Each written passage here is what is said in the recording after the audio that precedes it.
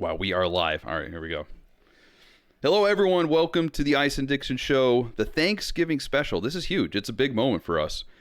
And, we're thankful for a lot of stuff on this show, mostly subscribers, of which we have none. So please, if you or a loved one are not subbed, hit that button down there. Give us two bozos, at least something to be thankful for this year.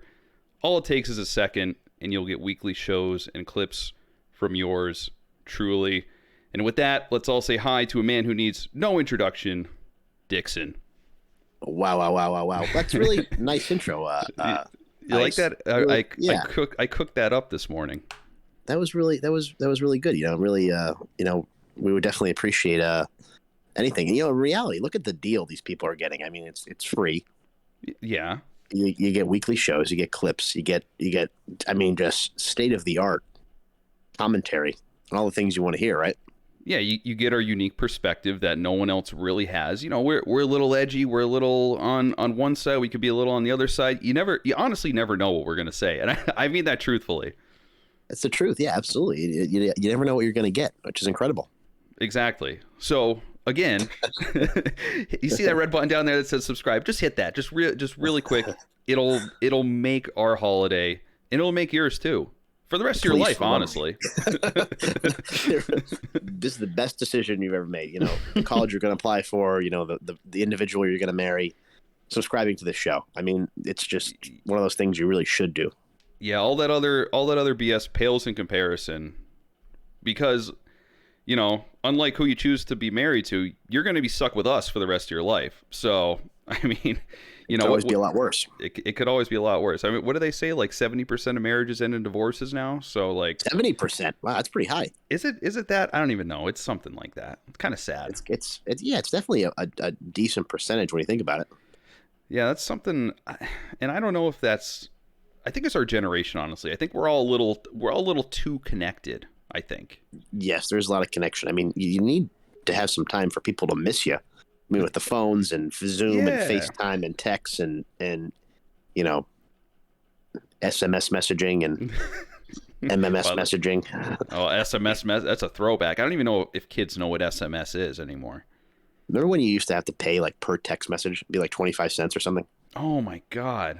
I totally forgot about that. Yeah, like the plans used to be like it wasn't like unlimited data. It was something like, oh, you could send 500 text messages and you get 500 minutes to call people. That's how it used to be. Yeah, like 500 text messages. Remember back in the day, AOL would send those CD-ROMs out? Yes. Like 500 hours free or something. Man, I miss those. I think back to those times. I think it was like a simpler time. Like I had my little Nextel. I was on Instant Messenger. Did you ever use that Instant Messenger? I was on Instant Messenger for a little bit. Not really for a long time, but I was on Instant Messenger. That was a big thing. The away message was always big. Oh. Like what you were going to put as the away message, right? Because you wanted to get people, you wanted to be, enticing, but you wanted to be vague enough. Yes. In terms of the message. Exactly. So if anyone isn't an old boomer like we are and you're listening to this show, AIM was kind of like, it was AOL Instant Messenger. It was imagine like Discord, and you could have the chats with people and stuff. But it was way more rudimentary. But you used to be able to put up away messages when you were away from your computer, getting yelled at by your parents or something. I don't know. But, yeah, but exactly. The funny thing is the whole aesthetic has changed so much because I feel like we're in like a really minimalist stage. But like back then, you made an away message, you were using like Comic Sans red font with like a blue background. Yeah, and then like some sort of like before the emojis, like the original emojis. Oh, with like the smiley face parentheses kind of deal. Yes, exactly. Did AIM have emojis? Yeah. I think they did. But like I think towards the end they had like something. Yes, towards the end they did. That's right. And remember buddy icons? Yeah, buddy icons were big. Yeah, that was huge. It was like your little avatar. And remember like two-way? They used to have two-way. That was basically like a cell phone before cell phone, which just you were two-way with somebody. Oh, well, were we talking like in the bedroom or like? Oh God, this is Thanksgiving on the Lord's week. This is unbelievable. I'm sorry. Lord, forgive me, please. All pilgrims, please forgive me. Indians, or I'm sorry, Native Americans. We can't say that. Oh my God. Immediate ban. Canceled. It's over. Did you know that 5 years ago on the Ice and Dixon show they said Indians? They'll keep playing the clip on Twitter. Be immediately banned forever. It's over. Oh my God, people getting canceled. Here we are. It's crazy. Yeah, but here we are. I mean, I'm also thankful for, besides subscribers, I just want to throw this in here. I'm glad that Kyle Rittenhouse got off. I'm glad he was determined not guilty by a jury of his peers. And you know, I'm happy for it. I hate to say it if you're upset about that, but that's the way it is. That's the way America works. And you know what? I'm surprised that Biden came out and he was like, we have to respect the jury's decision. You know, he didn't really say much other than that. Yeah, I'm surprised about that too. Like, definitely, you know, everybody took such a hard stance, but this was somehow a signal of white supremacy, which in reality, he you know, it was in self-defense, and the victims were two white people. Right. Nonetheless, it was a stance of white supremacy and all this, really these hot takes. Yeah, but really. Reality, like you said, this is what the American system is based on. You have the evidence, you assess the evidence, and you make a judgment. And hopefully, it's sound and, you know, not based in any, you know, sort of exterior motives or emotions. Right, and I think the jury legitimately looked at the evidence and was like, "Hey, this was self-defense, and you know, Kyle's gonna have a nice Thanksgiving now." So yeah. So, you know, good for him, and not ruining his entire life like everyone on Twitter wanted. But again, Twitter's a big cesspool, so we don't even have to go into that again. Yes, Twitter is a microcosm of even the fringe. It's like the fringe of the fringe, it seems like, which is so weird because Twitter is so mainstream for many years, you know. Yeah, exactly. Yeah. I think before it was just like celebrities on there. Yes. You go on there to see like what Kanye is doing or something, or like Tim Tebow or whatever. What's that? I don't know. Yeah, what did Tim Tebow tweet? Just Bible verses. Yeah. Not even the verse itself, just like the numbers and the name. Yeah, that's it. Just like a shot of him like praying or something. I feel bad for Tebow. I miss him. He was always good. What's he kept his nose clean? Wasn't shit in the club. Did. Yeah. You know. Yeah, he seemed like a good boy. Yeah, he definitely was definitely a decent boy. Coached by Urban Meyer, but we won't get into that. It's a whole different topic, but nonetheless. Oh, see, I don't know anything about that, but I'm sure you could go into that. Well, you're lucky.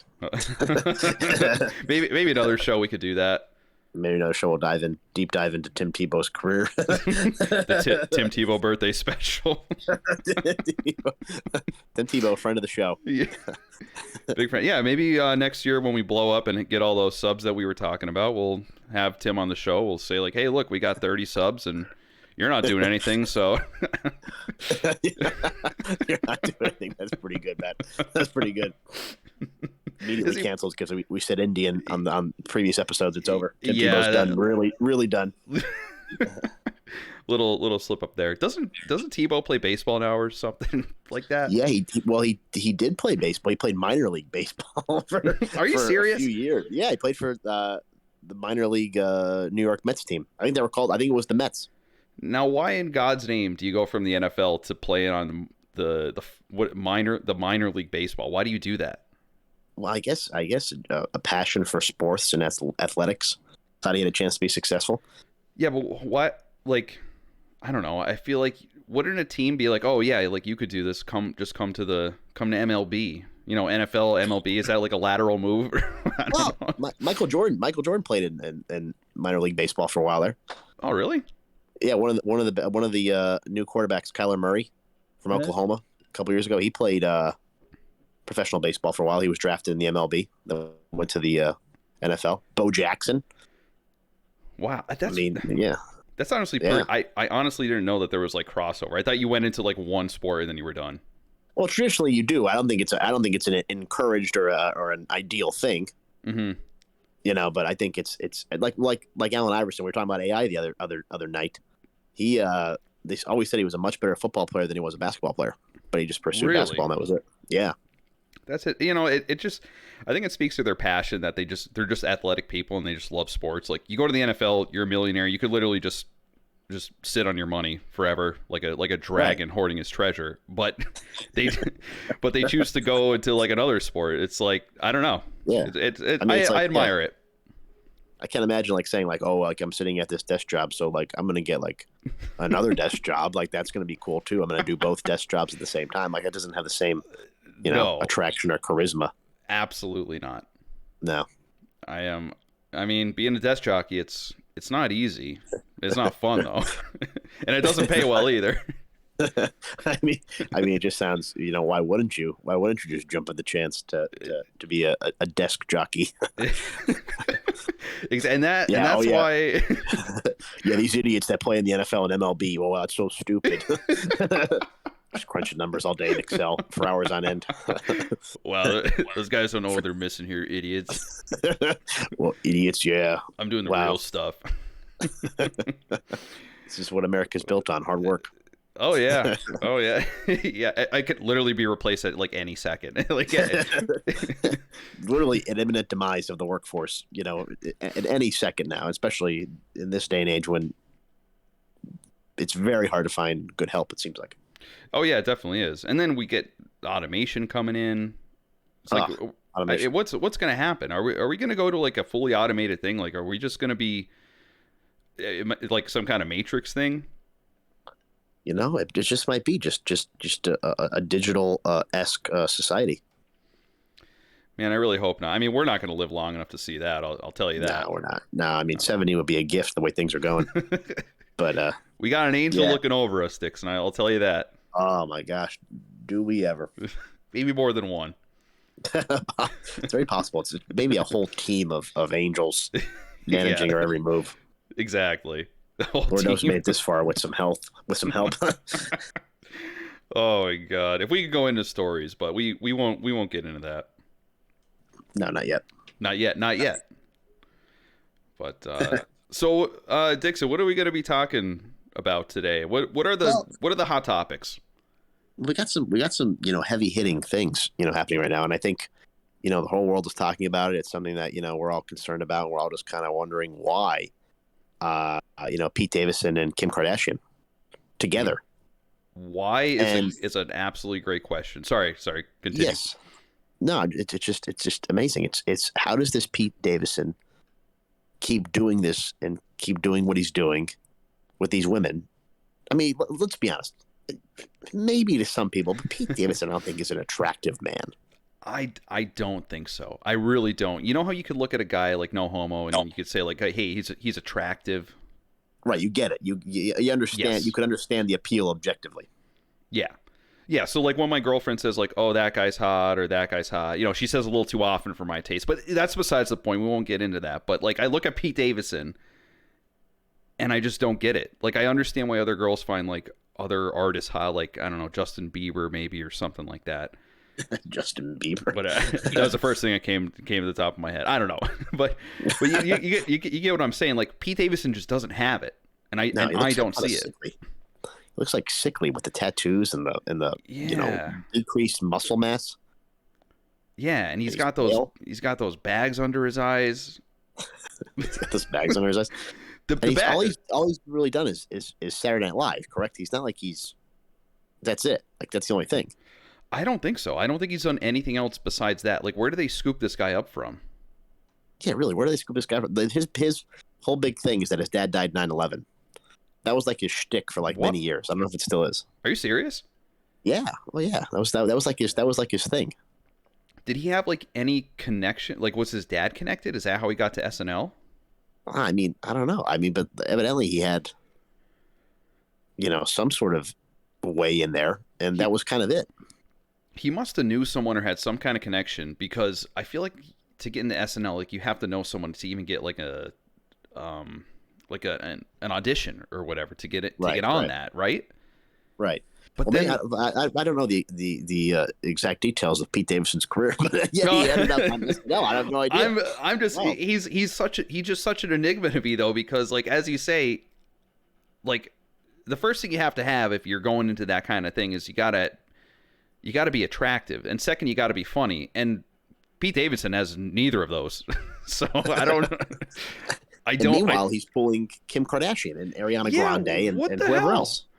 Now, Ariana Grande, that was an atrocity that he even got her. I remember, I don't know why it was so big, but I knew that they were dating because I don't really follow like celebrities or anything that often. But I knew that he was dating her, and you just see them together, and it's like a joke. It's like like a sick universal joke. Like I can't even. I was like, why? Like, why is this happening?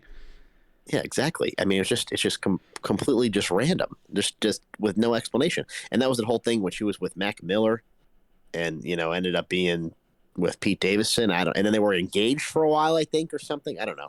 Is that like her type? Like, does she like those kind of guys? Like, wait, so Ariana Grande was with Mac Miller and then Pete Davidson.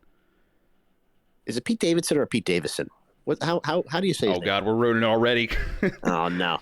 I'll look it up really quick. Yeah, we gotta figure this out, because if we keep besmirching his name like we already are, then we gotta at least be talking to the right guy. Okay, so Peter Davison.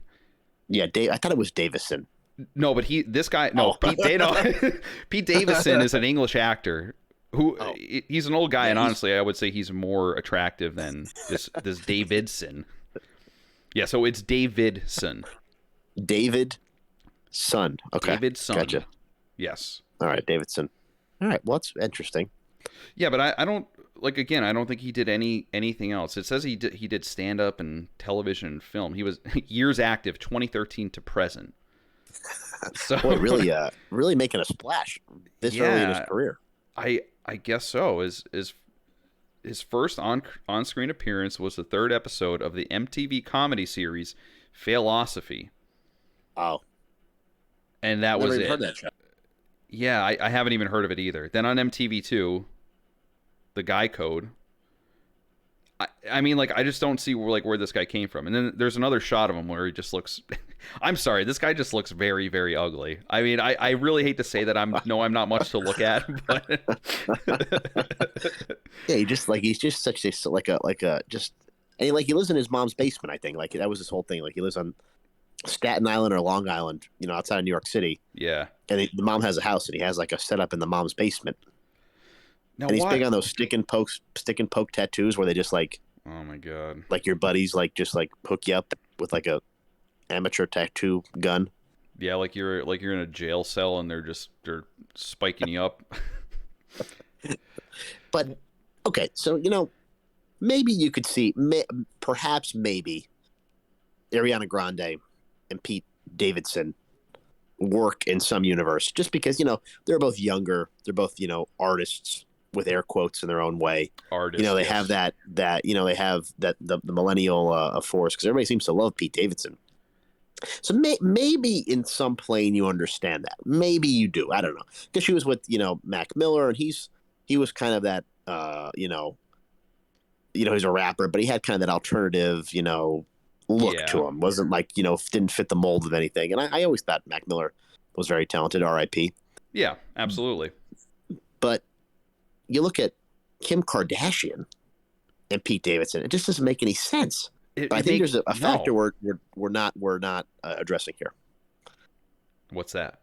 I think it's his male parts are of a certain size that women find very appealing. Oh, that's what I've heard.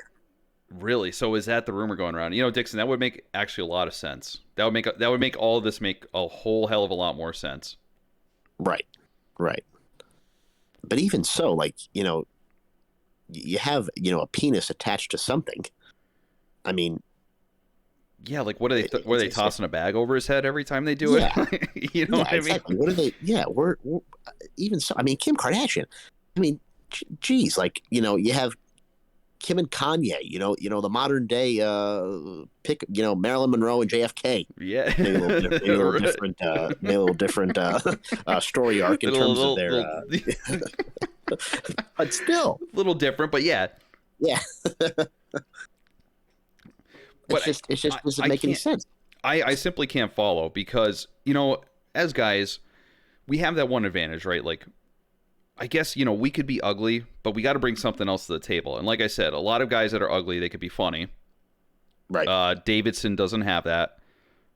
Or you could have a lot of money, which he does. But then all these other people that he's getting with have money, like Ariana Grande, Kim Kardashian. They have more money than they could possibly know what to do with. So if you look down the logical steps of this and go to the logical conclusion, it has to be that he is hung. It has to be. He's got a big old donger hanging there. It's incredible. Now, like, is this like a rumor going around Hollywood? Like, does everyone say like, oh my God, Peter Davidson, like he's pretty gross looking, but he's got a big, got a big I hammer on him. guess I that's what I've heard. I mean, it has to be relevant enough that I heard it. I mean, I'm not looking up Peter Davidson's PP pictures, no clothes on. Like, you know what I mean? Like, it's got to be. It's definitely a rumor because I mean, there's got to be some sort of explanation. I mean, unless he has very like a whole different side. But even if let's just say there's more to Pete Davidson that meets the eye, you have to be able to be something on the surface level, something superficial. You know, whether it be personality or looks or something that grants you an audience with these people, that gives you, gets them interested in you in the first place. Exactly. So what was he bringing to the table? Was it just like, hey, I'm on SNL, and he was just at like a party one night? Is that how they met? Is that how he introduced himself? But then again, how do you get past that point where like, hey, I'm Pete Davidson, like I'm ugly, to get Ariana Grande to date you in the first place? Like, I don't understand. Like, there's a critical component right here that's missing. Yes, definitely missing that critical component. I mean, I just like Kim Kardashian. I mean, like I said, you move on from Kanye West to Pete Davidson. I mean, that's just the biggest downgrade I've ever heard. I mean, how do you go up in reality when it comes to in terms of artists or figures, celebrities? Above Kanye, who could you possibly land in this generation that's bigger than that? I don't like. You know what I'm saying? Like Kanye has been a force and relevant for God. It's got to be 20 years now. Right. And he's the staying always power making that headlines. Man has. Always, constantly. Yeah. Incredible. He's a force of nature, and it's just it's in stark contrast to Pete. It 100% is, and she mustn't have a type, I guess, because she goes from him to Pete. It just doesn't make any sense. Doesn't make any sense at all. And is this the first Caucasian gentleman she's been with? That's a good question. I think it is. Yeah, I think so too. I don't know. I mean, but then again, if you let's look at the circumstances. Then again, too, the Kardashians seem to operate in, I don't know what but let's consider the facts here. Kim was with Kanye, musical artist, rapper. Then all of a sudden, her sister Kylie is with Travis Scott. Mm-hmm. So another musical artist, rapper, hip hop artist, probably probably looked up to Kanye in many ways when he was up and coming. Probably studied Kanye's music. Okay, so they're working on types. They're working on a cycle, a phase, if you will. Yes. Yeah. So and now all of a sudden, the other sister, it's not Courtney. Is it Courtney? I think it is Courtney, right? Well, there's one who's like, I hate to be like this, but there's one that's like a little chunkier than the rest of them. But I think she got skinny now. Whatever sister that one is, she was with that NBA player. And then the other one, it's not Kendall. Maybe it is Courtney. So do they just all go for African American men? Is that what you're saying? Well, you hate to say they identify with a certain persuasion, but it seems to be the case. But now you have the sister who's with Travis Barker, who's in the same vein, I'd argue, as, that emo alternative kind of vibe. Right. And, and look at Megan Fox is with MGK. We've covered this in depth. Yes, so maybe we have. It's just like a phase. This is happening that, emo dudes, sickly emo dudes with tattoos finally have a shot in modern day society. I honestly think you're right. I think that this is like a new kind of look that's coming through. Like, remember when the man bun was big for a little while and it was huge and that's all you saw like on Facebook, people posting about it and stuff like that. I think we're going into the phase of these like sickly e-boy, emo kind of guys with just a bunch of tattoos. I think that that's the new thing now, because I was actually at a gathering last weekend and thanks for the invite. Oh, you were invited. You're always invited. All right. Oh, God, I'm sick of this. All right, let's continue on. Talk about it after the show. But there were a bunch of women gathered around the television, and they were all watching a YouTube music video with Justin Bieber. And that's why I brought him up, because he was at the forefront of my mind right here, because I was looking at him. and he kind of he does it. He's like he looks kind of like sickly, like he's very skinny. He's got all these tattoos all covering his whole entire body. His hair is all messy, but these girls were just going on about how hot he was. Interesting. So I think that it lends credence to what you said. I think that's like a new thing that's happening now. I think we're seeing a shift in the paradigm here of what people find attractive, and apparently it's these gangly ass looking emo guys. I guess so. I guess they're having a moment. I mean, it seems like they're really just having a moment. It's wild. Now, how does that stuff even get brought on? I'm super curious about that. Who starts the whole fad? Oh, that's a really good question. Like, yeah, it's got to leak into the psyche at some point, right? That people find this like a thing.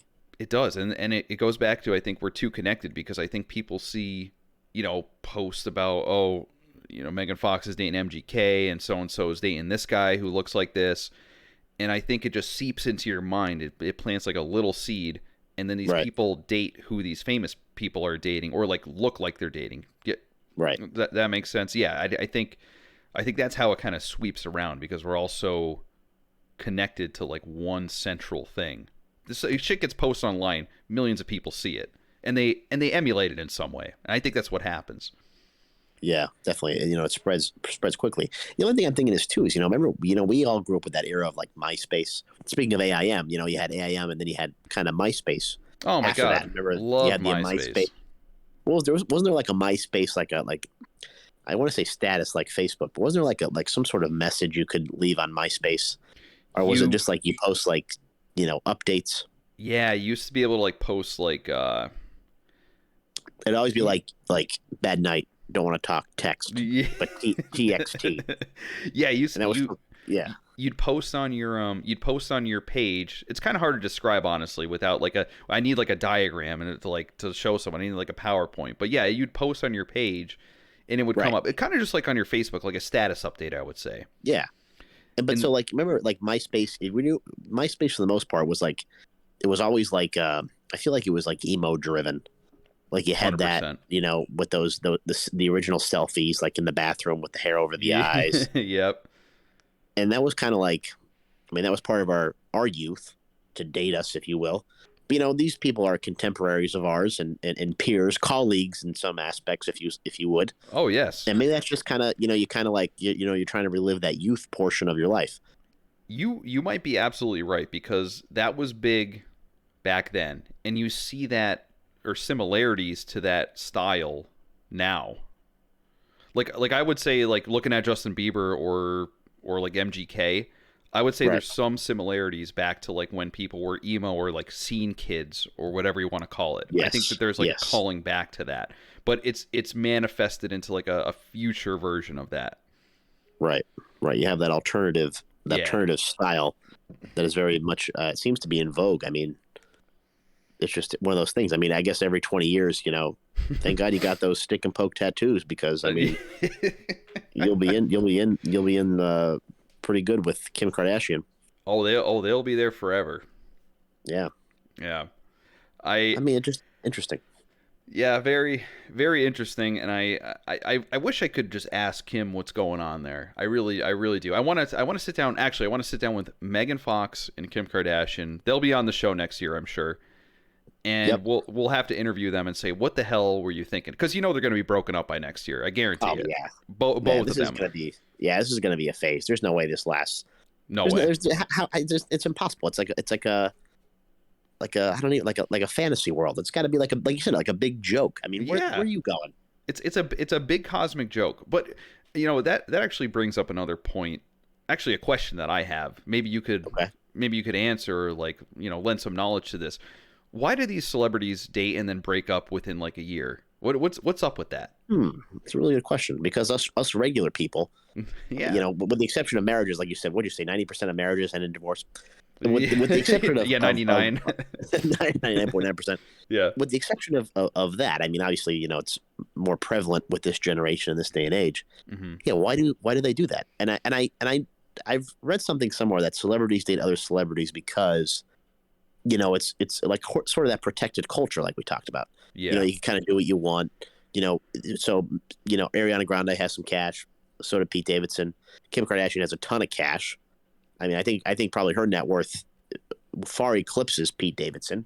Absolutely. But you have that. It's like dating somebody with a similar occupation. But in reality, I think celebrities are very there's ego involved. Yes. There's 100%. there's all those aspects, and so you gotta be dealing with that at some level. I mean, they all have to think they're the most important person at that moment existing. I would say that these people are probably all sleeping with each other, and I think I think that that's like what leads to being like, oh well, I'm gonna date someone else who's in this sphere because they understand. They'll know that if I go to like a party, like I might end up sleeping with someone. Like I go to like a big Hollywood party.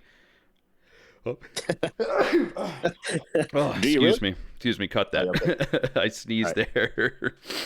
Anyway, all right, good. But yeah, no, they're going to like these big parties or something, and like they'll just sleep with someone else or whatever, and like I feel like Kim says, oh hey Pete, I'm going to Tim Tebow's chalet party. I'm probably gonna see some I need like a celebrity name. Fire one off quick, Dixon. Some hot guy. Justin Bieber. Justin Bieber's going to be there, Pete. I'm gonna, I might hook up with him. It might happen. And Pete just like, oh yeah, okay, I get it. That's what happens at these parties. Maybe that's what it is. But at the end of the day, Kim's like, yeah, but Pete, I'm gonna come home to you and like whatever, do whatever with you. I think that there's some kind of like weird thing that goes on there that they're like, okay, you understand the dynamic, you understand my job, and that people right. get people get a little close with each other at these wild coke and sex fueled parties. That's an interesting theory. But it's funny, as I was just thinking about as you were saying that, it's true. But in reality, it's like I think Pete Davidson has been just a rebound for these girls, it seems like, because Ariana Grande was with Mac Miller, then she's with Pete Davidson. That didn't work out. And now, I mean, Kim Kardashian went from Kanye West to Pete Davidson. I mean, you tell me Kanye's a little off, let's be honest. But, yeah. I mean, Pete Davidson involved in Kim Kardashian's affairs and her kids and her life just doesn't seem like it adds up. But in reality, maybe he's just like the flavor of the month. Oh, I'm just going to give him a shot. Like, I don't know, like you go from, you go through a breakup and you're like, oh, I'd like to see how this goes. I think we've all been there. Yeah, you're trying all flavors. You're going for anything. You're just like, oh yeah, maybe this will work. Maybe this will work out. I like this person. Right. Yeah, you're trying anything. So yeah, and Pete Davidson is over there, so it's just like he's not doing anything. I'll try him. Why not? It'll be fun. And then exactly. Then turns out like a year down the line, like I guarantee that Kim Kardashian is going to break up with Pete. Like there's no way. And then he's just going to go on to the next girl who's just got broken up with or whatever, and it'll be another rebound. And maybe that's his ultimate fate. He's just gonna keep getting passed around like a basketball to these women. It's really anyway, Pete, like keep up the great work. I mean, let me know what dude, I need to be doing. Seriously, because we're not doing it, man. I mean, I'm not sleeping with Kim Kardashian or Ariana Grande, so I whatever you did, man, you got it. And if you have a huge pee-pee, then well, I guess I'm screwed. I don't know what to say. It's over. It's really it's on arrival. Yeah, if that's really what it is, then well, jeez. I'm out. What a society. Yeah, real shame. Yeah, women are so shallow, just going for big pee-pees. I can't believe it. It's really just a shame to see. I know that men are not shallow in any way whatsoever. Not at all. There's no aspect of that at all. I mean, no. I when they say, oh, she's a 9 out of 10, I'm like, oh, absolutely 9 out of 10 personality. Yeah. Yeah. That's what I'm looking for. What were you talking about? What? Whoa, you meant her looks? Oh my God, that's so so disgusting. Yeah, so disgusting. So I mean, we live in 2021, dude. Grow up. She'd be such a good mother to my children. Like, how dare you? What are you even suggesting? That's all I thought about. What I thought about, just like want her to cook meals and balance the checkbook. Oh my God! I gotta say, this is a great Thanksgiving special so far. So far, we've talked about the shallowness of men, Pete Davidson's big dong. I it's mean, seriously, just incredible. So much to be grateful for. it's really a show you could. I mean, you could probably put this on during Thanksgiving dinner. Actually, we would encourage it. Yes, Put this on in the definitely encouraged. background. Yeah. And maybe, hopefully, Pete Davidson doesn't make a move on your Mima at the dinner table, because that'd definitely be a problem. Because he seems to work pretty quick. Yeah, yeah. He really seems to be slinking through everyone there. Like he's nonstop. Unbelievable. It's a sick bastard. But you ever have any awkward Thanksgiving moments? I was trying to think about this today, and I'm like, I don't think I've ever had any like awkward, because you know how people say like, oh, I fight with my family and they suck and like everyone fights. Right. I don't think I've ever had that. No, I've never had that either. Maybe we're just privileged. I don't know. Maybe it is. It must be that. I mean, it's got to be awkward if Kim Kardashian ever has a normal Thanksgiving in her life and she shows up with Pete Davidson. I mean, they'd be like, hey Kim, that hobo's following you. Like, did he follow you off the street? Like, yeah, really, it's that's got to be. I guess you could have those moments in regular life, the same. Which I'm sure it's all relationship driven, and I don't like your boyfriend, or I don't like who you brought home, or you came out as gay. God forbid, it'd probably be like this big deal. Oh, yeah, I'm sure that'd be an issue. Yeah, but that's not something I've experienced. I guess we're very fortunate for that. Yeah, I guess we are. So I guess we're thankful for that as well. But also subscribers. So please, if you've been listening to this show and you haven't subscribed yet, hit that sub button. I had to put in a little grift right there, right in the middle of the show. Little grift in the middle of the show. Nice little advertisement there. But yeah, Dixon, what else are we going to be talking about tonight on the Christmas special? Christmas. I thought we were on Thanksgiving. I'm sorry. I've been hitting the drinkies a little too hard today. No, I'm just kidding. That holiday eggnog, which will be here before you know. We'll have our Christmas special before you know it. Oh my God, I can't wait for the Christmas special. We'll do something big for that.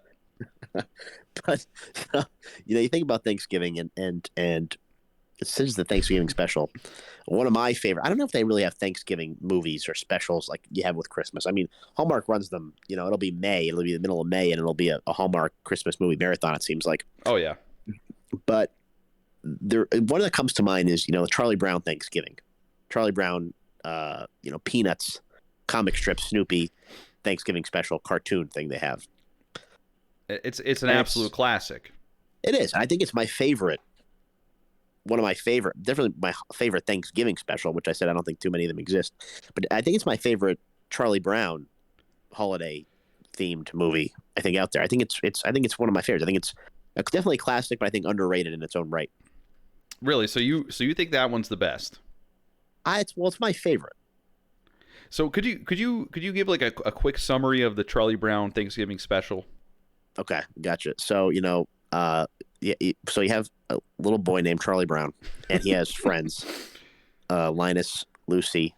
He has a pet dog, Snoopy, and Snoopy has like a pet that little bird, Woodstock, or maybe they're just buddies. I think they're just friends. Yeah, they're pals. Yeah, they're buds. And but anyway, they have the classic hijinks, and Charlie Brown's kind of depressed, and he tries to kick the football, and Lucy pulls the football away from him or whatever. Ugh. And then it leads up to this thing that Charlie Brown's going to have this Thanksgiving dinner at his house. So Snoopy takes it upon himself to make a dinner. Well, in the middle of this whole thing, you have Peppermint Patty. Oh yeah. And Peppermint Patty, it's 2021, but she might be of a certain persuasion, Yes. Very butch, if you will, A little bit. Yeah, definitely. The deeper voice, the always wears the sandals. Yeah. Definitely of a certain affect there. I don't think she's after Charlie Brown, if you catch my drift. I think she's more into Lucy or somebody else, if you get what we're saying. Right. So, Charlie Brown is hosting this dinner, and Snoopy's doing all the cooking.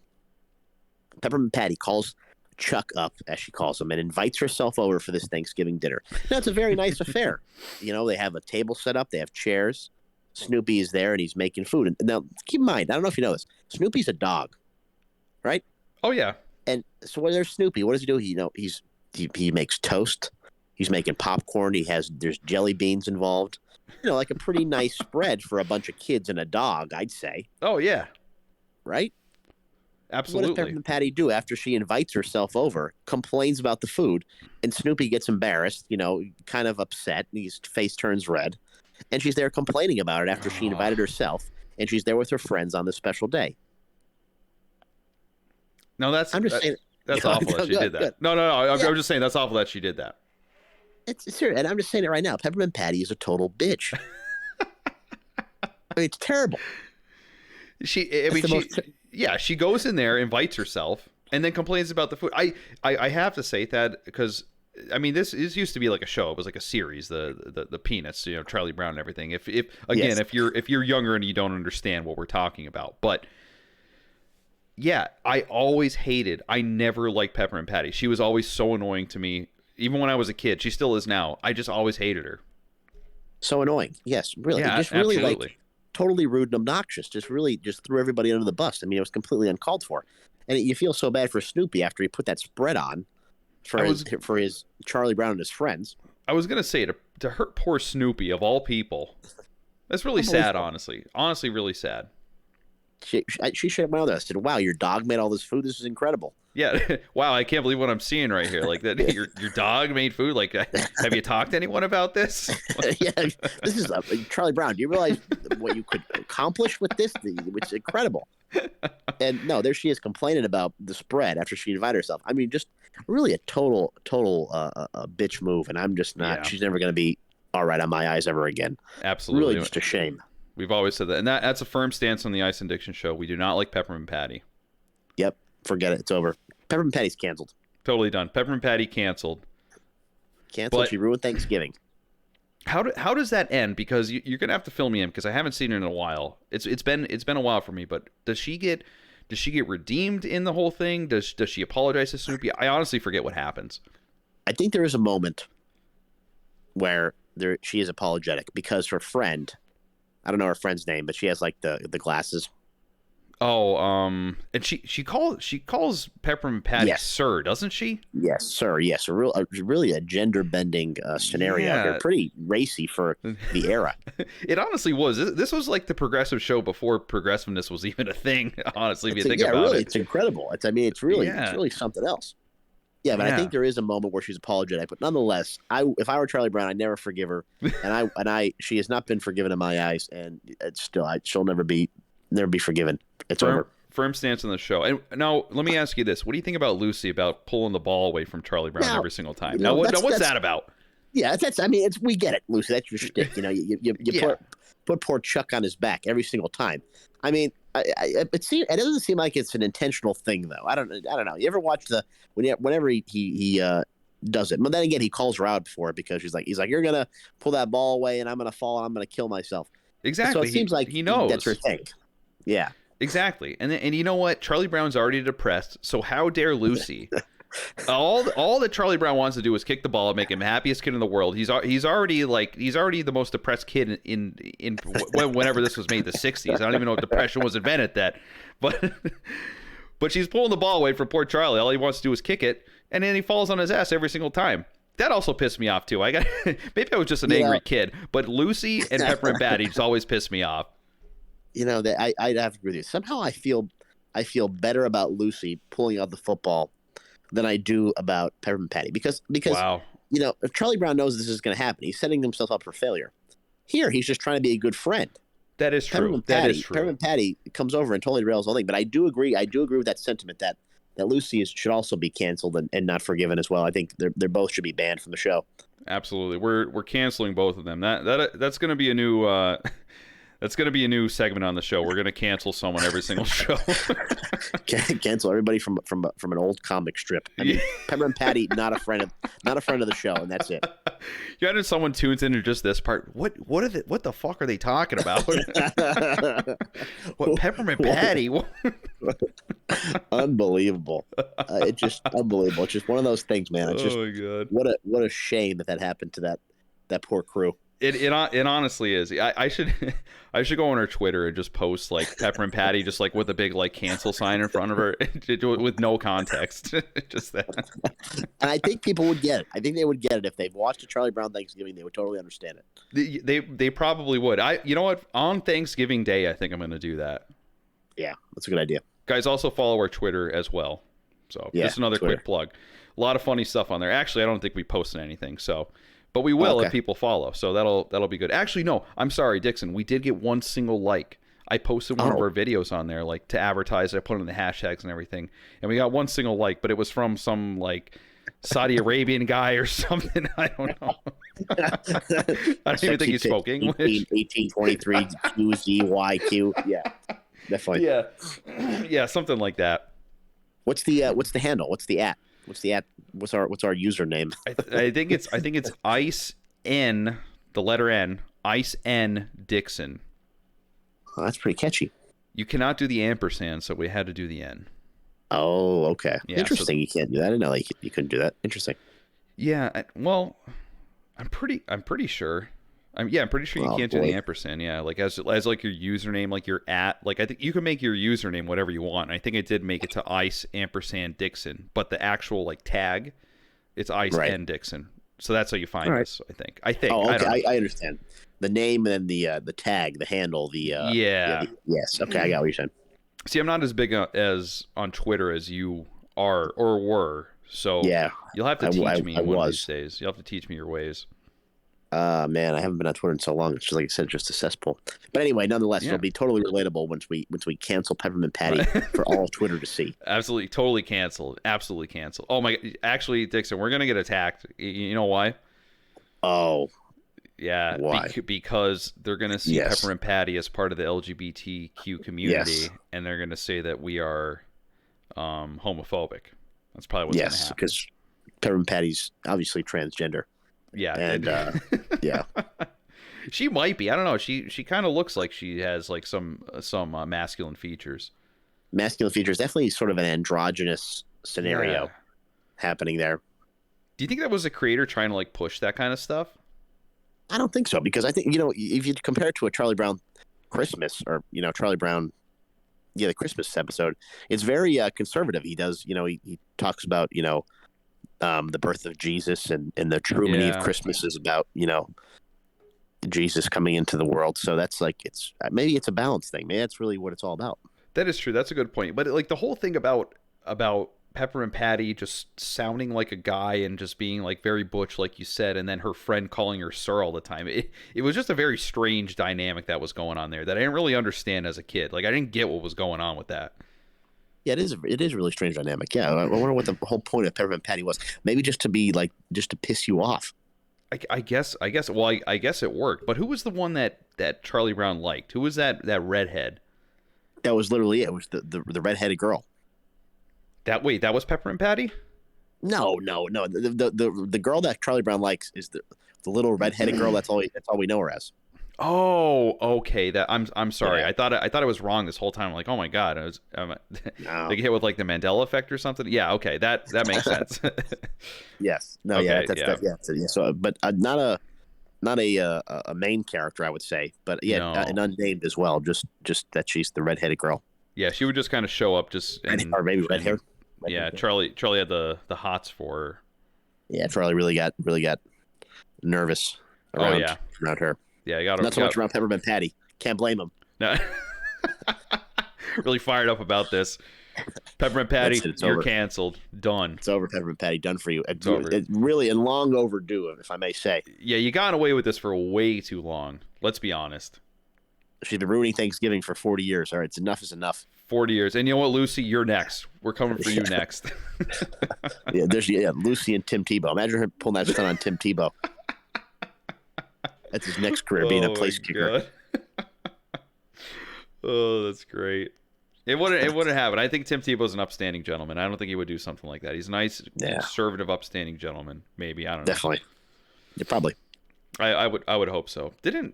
well, I don't know. We don't have to get into that, but I don't know. There was just like you said. Yeah, we have to talk about it now. no.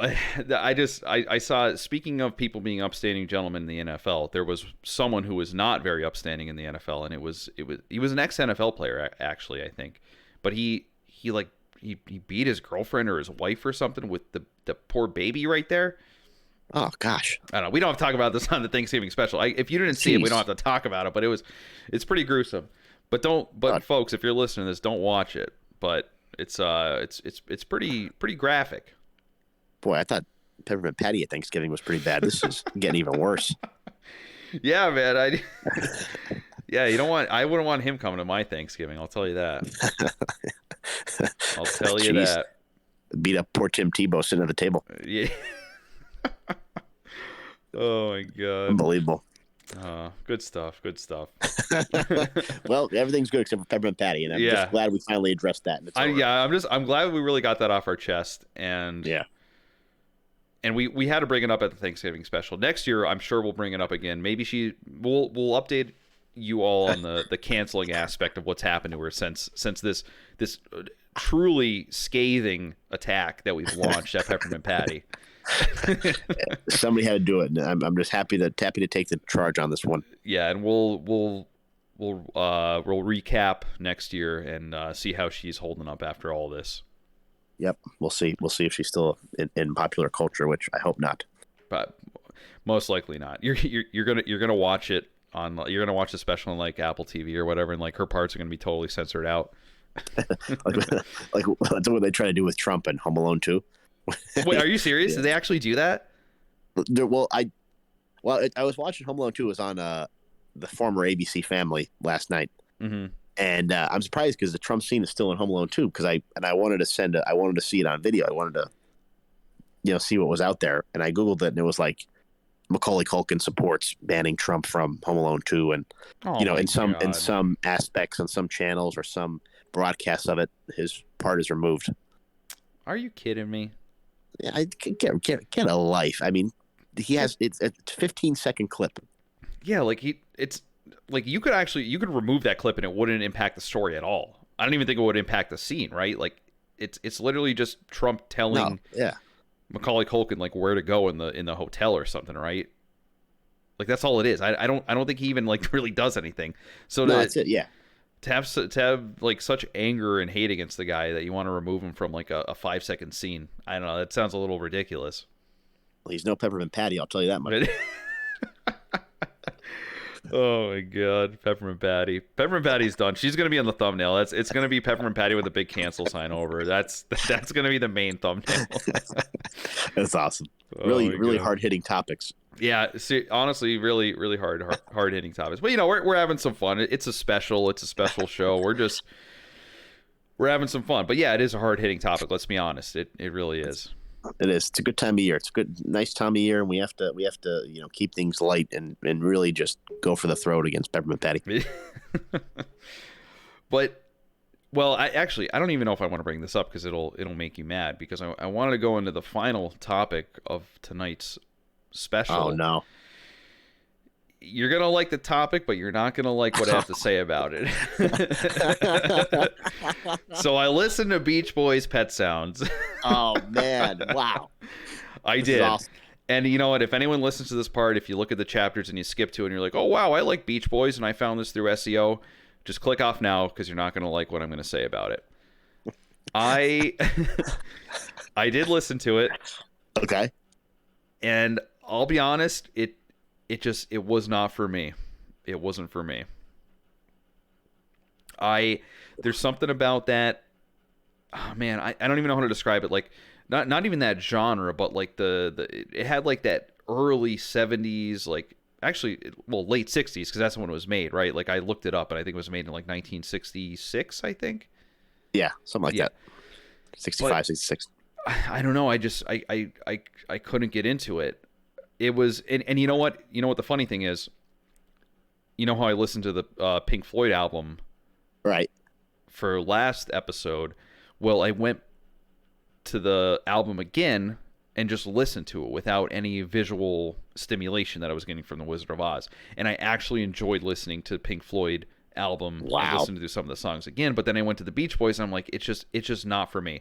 The funny thing is, I actually like Pet Sounds, which is probably one of the more obscure titles on that whole track, because it's just instruments and it has a weird like kind of out of tune like slide guitars or something like that.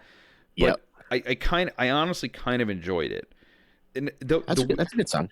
the weird thing is, the first track on that song is "Wouldn't It Be Nice," Right. and I'm like, it's just weird because like it's very like upbeat and happy and like poppy almost, and I feel like it doesn't really fit with the rest of the album. I feel like I'm like, oh my god, this was on this album.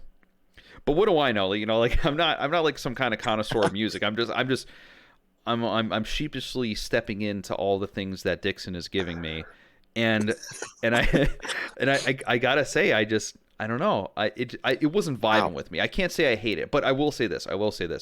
I could absolutely respect the talent that these guys have, and I could absolutely understand why someone would like this, if that makes sense. I'm serious. It sucks, but I get that you like it. As I was listening to it, I realized that I just didn't like it's not genre. It's like the tone, or maybe even the era. Maybe I just don't like that era of music. Really? Yeah, and that's I'm sorry. I think. Oh, I mean, geez. yeah, I can see that. My Siri just thought I was talking to her. But anyway, yeah, it's just no. like I don't. Yeah, no, Big Brother listening in. But, jeez. You don't These like douchebags trying to cancel Peppermint Patty. It's all over. Oh man, but yeah, like I said, maybe I was a little scathing coming off right at the right at the splash. But I will say, I could understand why people like it. I think as I got to the end, I'm like, I think I just don't like this era of music. I think I just don't like this like 70s, like I don't even know what was it, soft rock. I don't even know what you would call it. Like it's. I could see that. It's not a very accessible album. Yeah. If you're used to a certain sound from the Beach Boys, but when it comes from a musical perspective, it gets a lot of praise in terms of its production. Like, you ever hear that some of those tracks that has the bass harmonica? Like, nobody, I think, has ever used the bass harmonica ever in popular music since then. It's insane. But the that bass doesn't make an album harmonica? great. Yeah, bass harmonica. Was I mistaking that for like some of the horns or something? I might have to listen back to this. Yeah, it sounds like a horn, but there's like a song there. I Know There's an Answer. Mm-hmm.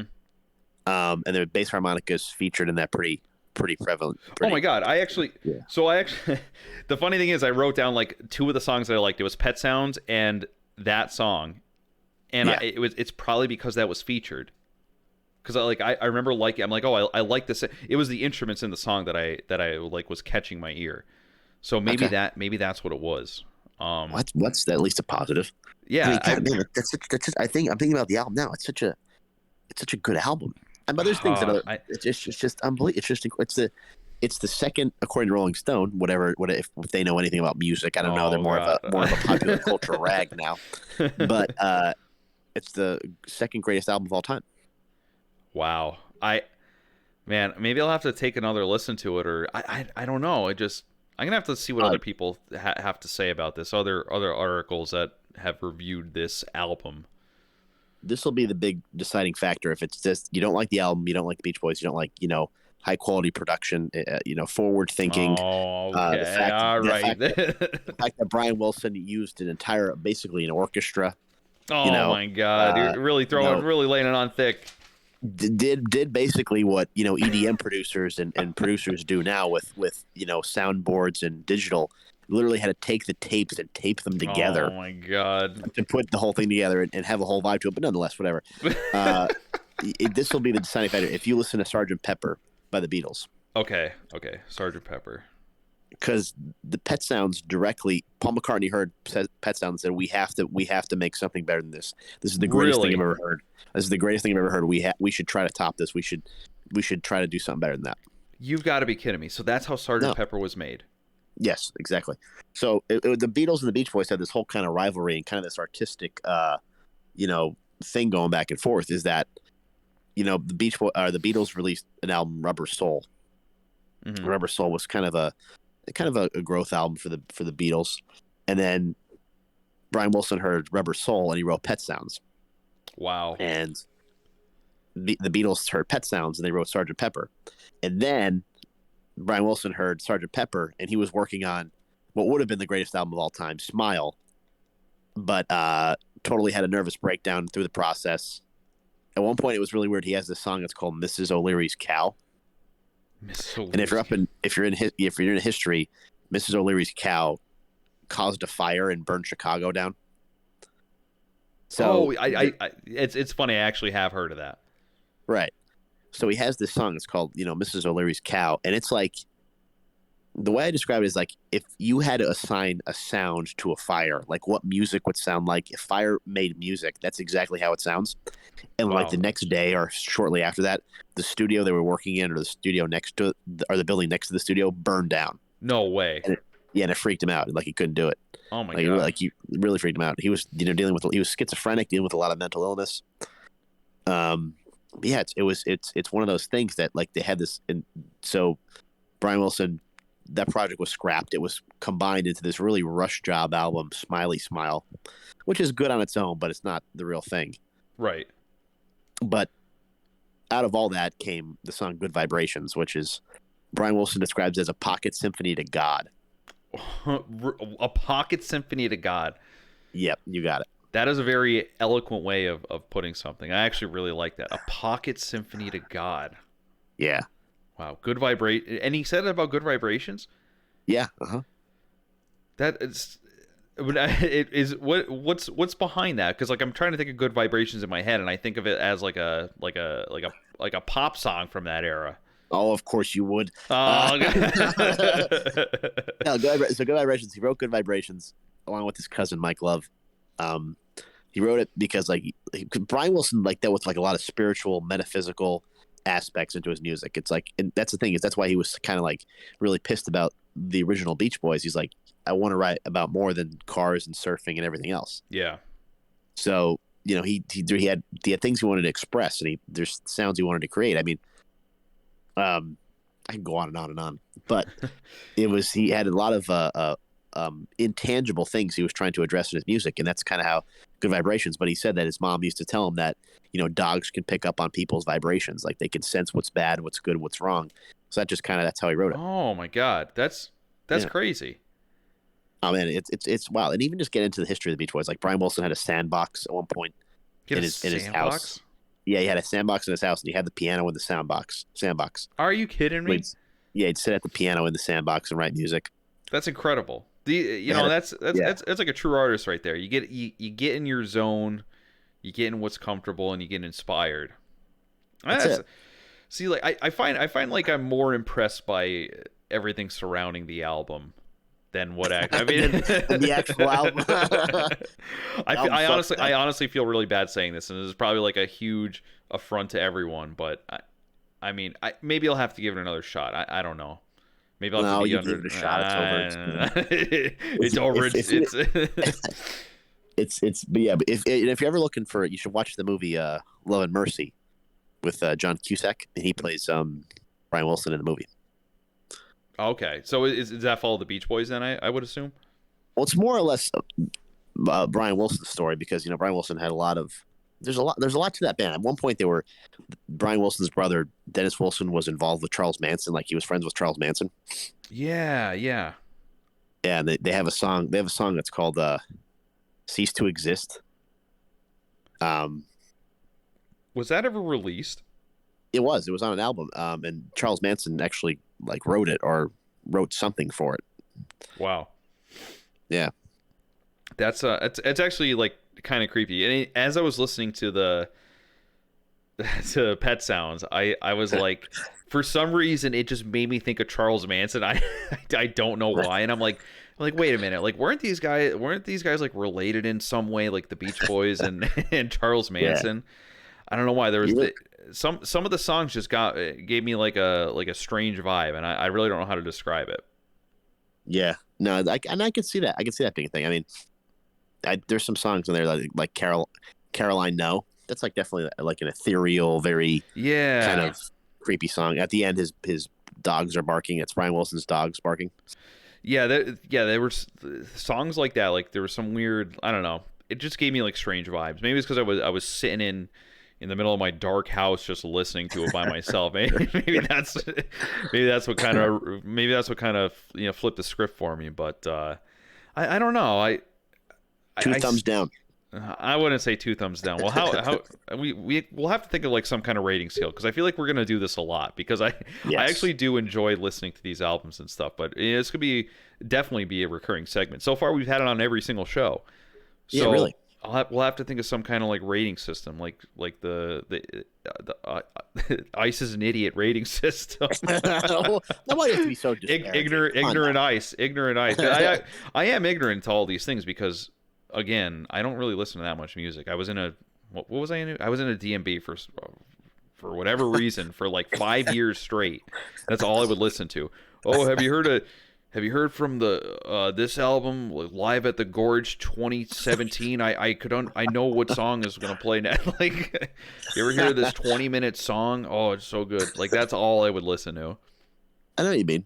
No, we all have our likes and dislikes, but I think to really solidify your opinion, if it's the era, if it's the production, whatever it might be, I think you should listen to Sgt. Pepper. Okay, I'm definitely gonna listen to Sgt. Pepper, and again, like I said, it probably sounded like I was giving a scathing review, but I think it's just the era, and I think it's just me, honestly, and that era it doesn't vie with me that much. But I will listen to Sgt. Pepper for the next show, for episode 4. Or now what? Now how are we going to name this? Is it going to be episode 3? Is it going to be episode 4? Because this is going to be titled the Thanksgiving special, so we'll have to think about that. Yeah, it might be. When we have people that are studying our work. Yeah, just to throw them off a little bit, we'll have a separate episode from the actual episodes, because this is it's a special in reality. Yeah, maybe I'll make a playlist of all the specials and then just have like episodes in a separate playlist, because that's what I've been doing so far. Maybe it'll be like, every show is really special, so how can we just say that this is special? Wow. But it is a Thanksgiving special. That is true. That is true. Every show is very special, and I love making this show with you, Dixon. I really do. Oh. It's no place I'd rather be than doing this right here. I love it. I absolutely love it. Man. Are you looking forward to the next show? Yeah, I am as well. And I hope everyone listening, if you got to this part, I hope you have a great Thanksgiving, and I hope you enjoyed listening to the show as well. And I also hope you hit the subscribe button, because if you didn't, then I hope you don't have a good Thanksgiving. But don't be like Peppermint Patty. Don't ruin our Thanksgiving. Yeah, exactly. Don't be a Peppermint Patty. Hit the subscribe button. Make us thankful for something for once in your life. And we really appreciate you, though. And Dixon, I appreciate you too. This was a great show. Appreciate you too. Great first special, monumental moment right here. But I appreciate it. I appreciate it. Love it. All right, guys. We will see you on the next episode of the Ice and Dixon Show. We'll see you next week. See ya.